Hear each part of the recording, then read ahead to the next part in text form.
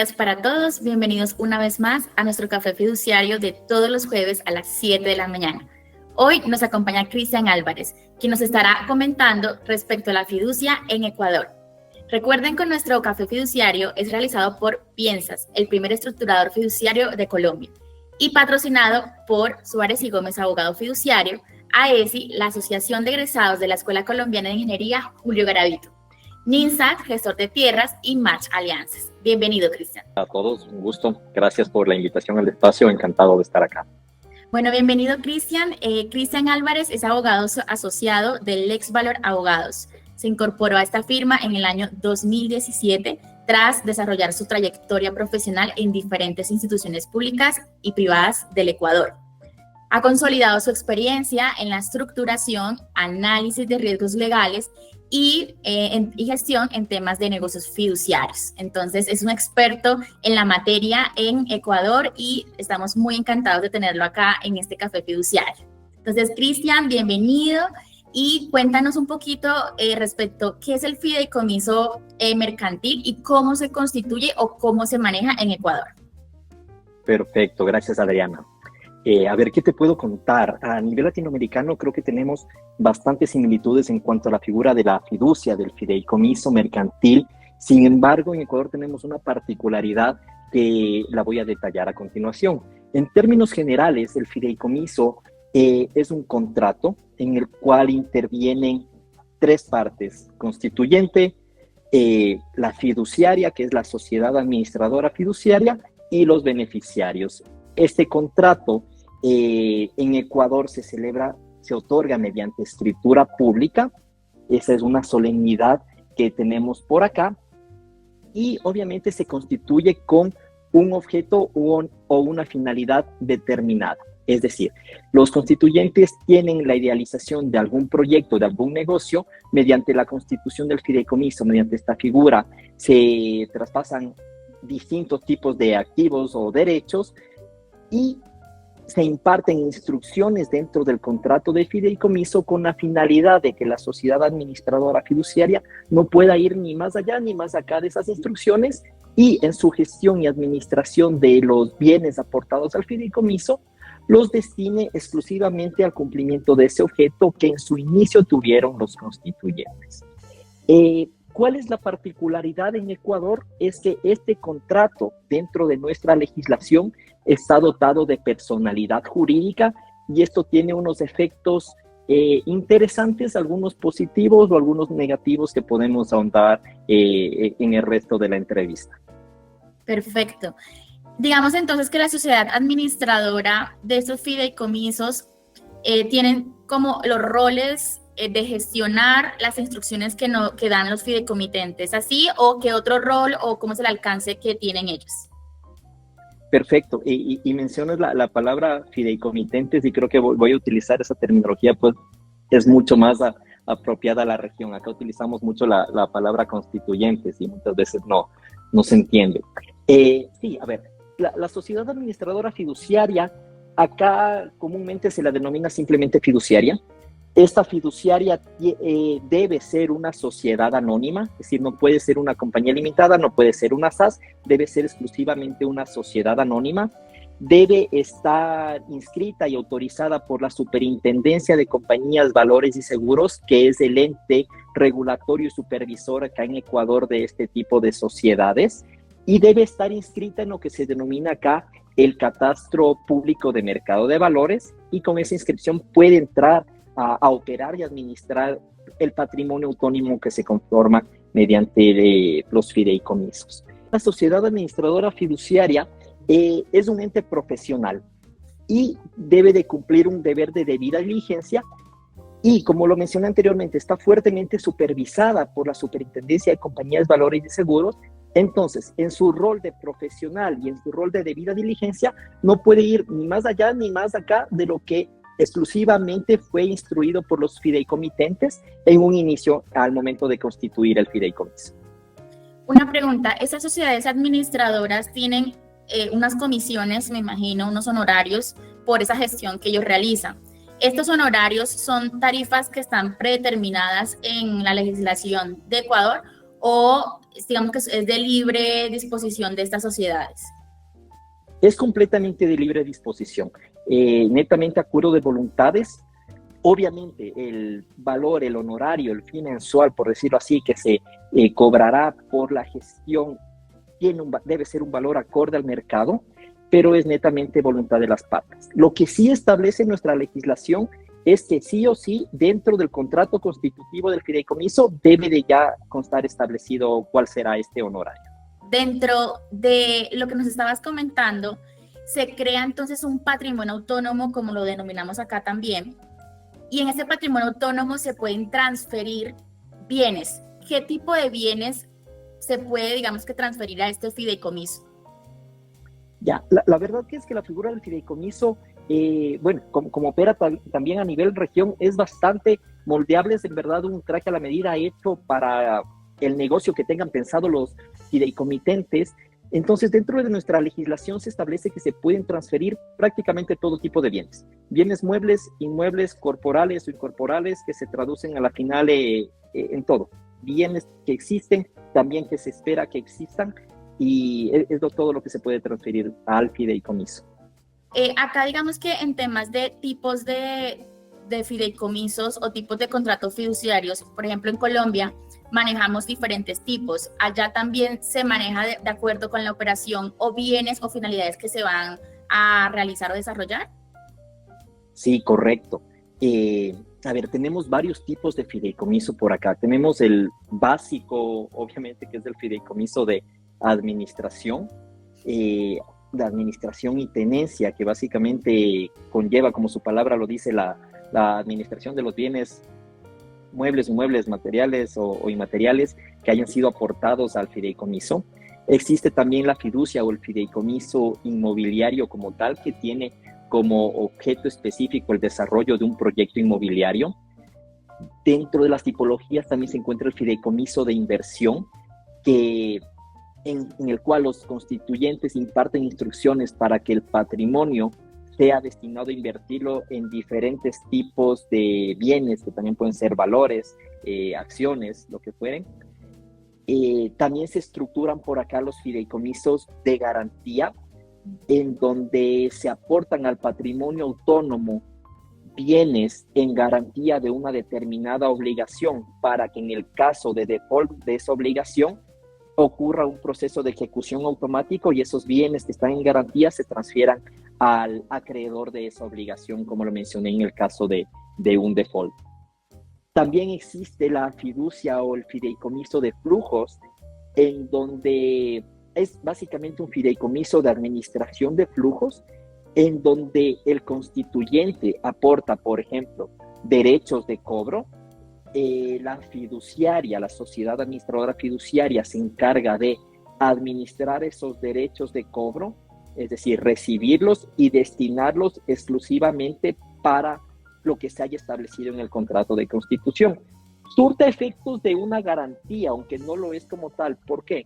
Porque generalmente se utiliza esta fiducia de flujos para destinar esos recursos para el pago de una obligación. Es decir, el constituyente aporta los derechos de cobro, la fiduciaria los administra y los destina directamente para el pago del acreedor.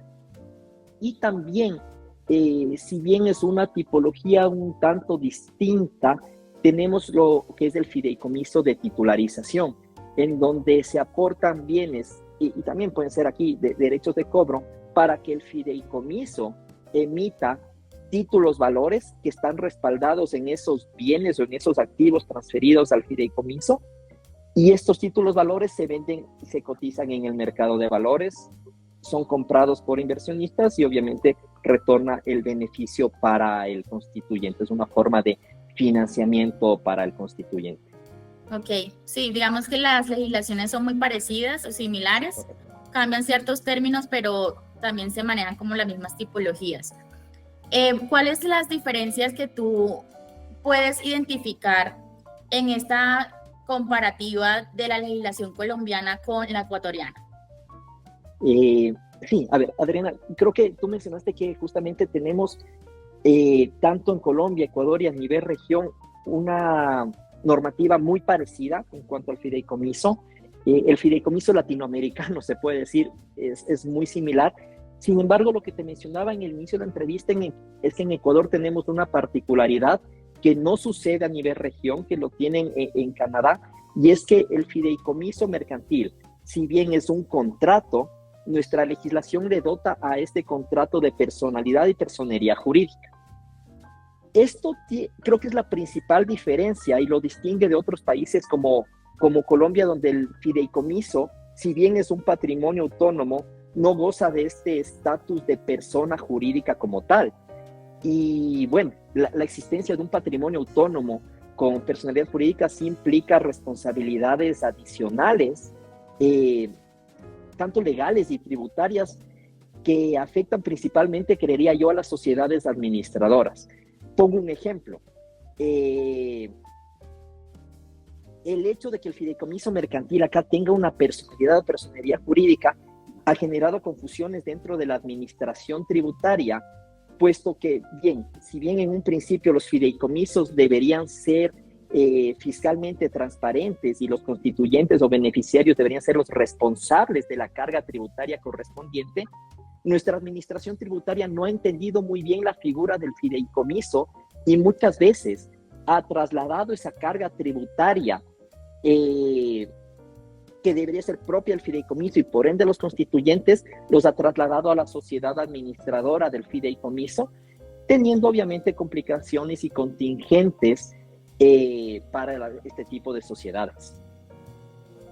Ok, Cristian, me llama mucho la atención el punto que tocas de que la legislación le otorga personería jurídica al contrato de fiducia, porque digamos que en Colombia nosotros también, digamos que el patrimonio autónomo, si bien no es como una persona jurídica propiamente dicha, si es un ente, digamos que sí es sujeto de derechos y obligaciones, pero entonces ahí me gustaría aclararle a la audiencia, cuando te refieres a la personería jurídica, el contrato de fiducia, ¿te refieres al contrato de fiducia propiamente dicho o a ese ente que surge del contrato de fiducia, como pasa en Colombia, que sí es sujeto de derechos y obligaciones a través de su entidad fiduciaria?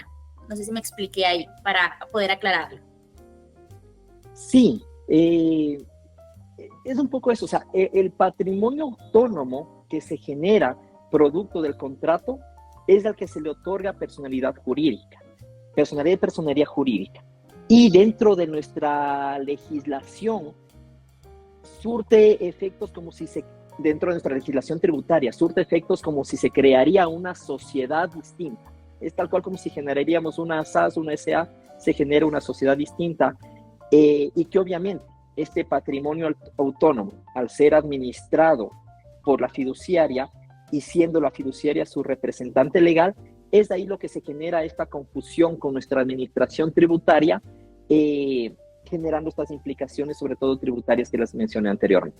Creo que a nivel tributario también tenemos una problemática similar, en el sentido de que acá en Colombia también a nivel tributario hay un principio que es el principio de transparencia fiscal.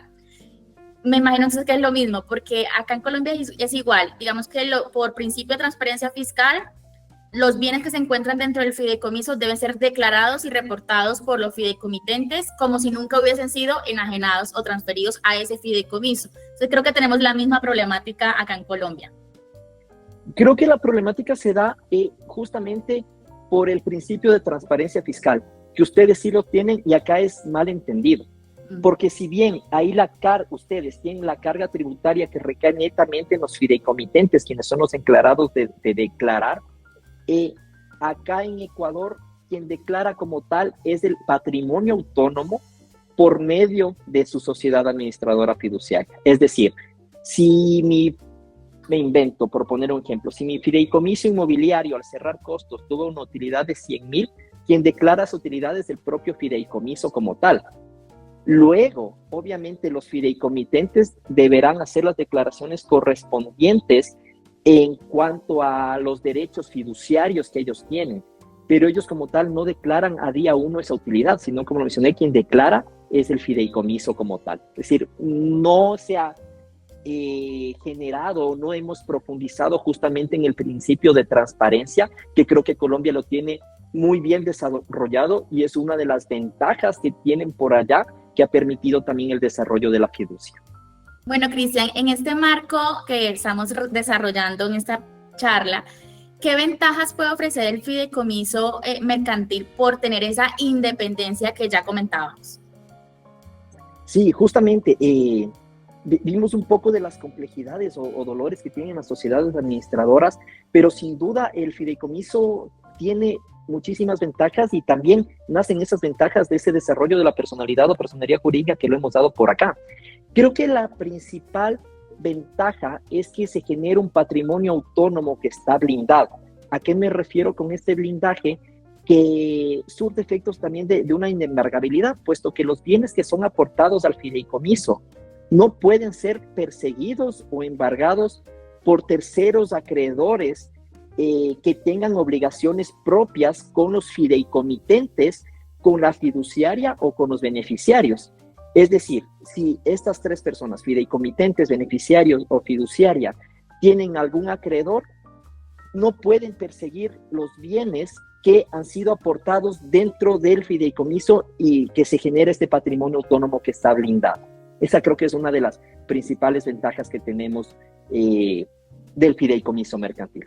Entonces, hablando un poco de las sociedades administradoras, estas sociedades, ¿qué mecanismos legales o cómo pueden ellas protegerse de posibles imputaciones por las obligaciones legales o fiscales que se presentan en su gestión como administradoras de estos fideicomisos? Listo. Creo que el marco legal es la principal protección que tienen este tipo de sociedades. En el sentido de que justamente al generarse un patrimonio autónomo, ¿no es cierto? Este patrimonio autónomo debe responder con su carga fiscal, debe responder por su carga fiscal exclusivamente con los bienes o activos que se encuentran dentro del patrimonio autónomo. Es decir, y en palabras simples, la fiduciaria no está obligada a poner recursos para dar cumplimiento con las obligaciones que en su momento hubiera adquirido el fideicomiso mercantil. Y eso es lo que está expresamente establecido en la norma y que por lo tanto la administración tributaria no podría perseguir a la sociedad administradora por obligaciones propias del fideicomiso. Sin embargo, pese a tener esa normativa expresa, que es casi tal cual como lo mencionado, sí ocurre mucha confusión a veces dentro de la administración tributaria y sí se han dado bastantes casos en los que se han perseguido bienes y activos de la sociedad administradora por obligaciones propias del fideicomiso, yéndose en contra de normativa expresa, tal vez un poco por desconocimiento. Bueno, Cristian, ya para ir finalizando este café, ¿qué desafíos futuros ves o qué recomendaciones nos puedes dar a la audiencia respecto a la estructura o vehículos fiduciarios en Ecuador? Listo. Mira, yo la verdad soy un fiel creyente de que el fideicomiso mercantil es un traje hecho a la medida para cualquier tipo de negocio. Es decir, si tú tienes una idealización de un negocio y no encuentras un vehículo societario adecuado para llevarlo a cabo, yo considero que el fideicomiso mercantil es la figura adecuada para efectuar ese negocio. Por lo tanto, yo le invitaría a la audiencia, tanto en Ecuador y en Colombia, a enterarse más de cómo funciona la figura del fideicomiso mercantil y sí, invitarlos a utilizarla. Y bueno, un poco en cuanto al desafío, creo que es justamente el entendimiento más de la figura, tanto para el sector público, el sector privado y, qué sé yo, también profundizar en esos pequeñas cosas que nos faltan, como por ejemplo el principio de transparencia fiscal, que en verdad podría ayudarnos muchísimo al desarrollo del sector. Muchas gracias por tu participación, por asistir pues a esta invitación y también por dejarnos este mensaje tan positivo que para que digamos nosotros en Colombia también revisemos de que la figura no solamente funciona bien y que debe funcionar bien en Colombia, sino que también otros países lo manejan y funciona, pues digamos, a nivel general para todos los negocios. Te agradezco mucho, Cristian, por estar aquí. Encantado, Ariana, en verdad ha sido un placer. Lo mismo, muchas gracias. Y pues bueno, gracias audiencia por todo su participación. Nos esperamos en el próximo Café Fiduciario.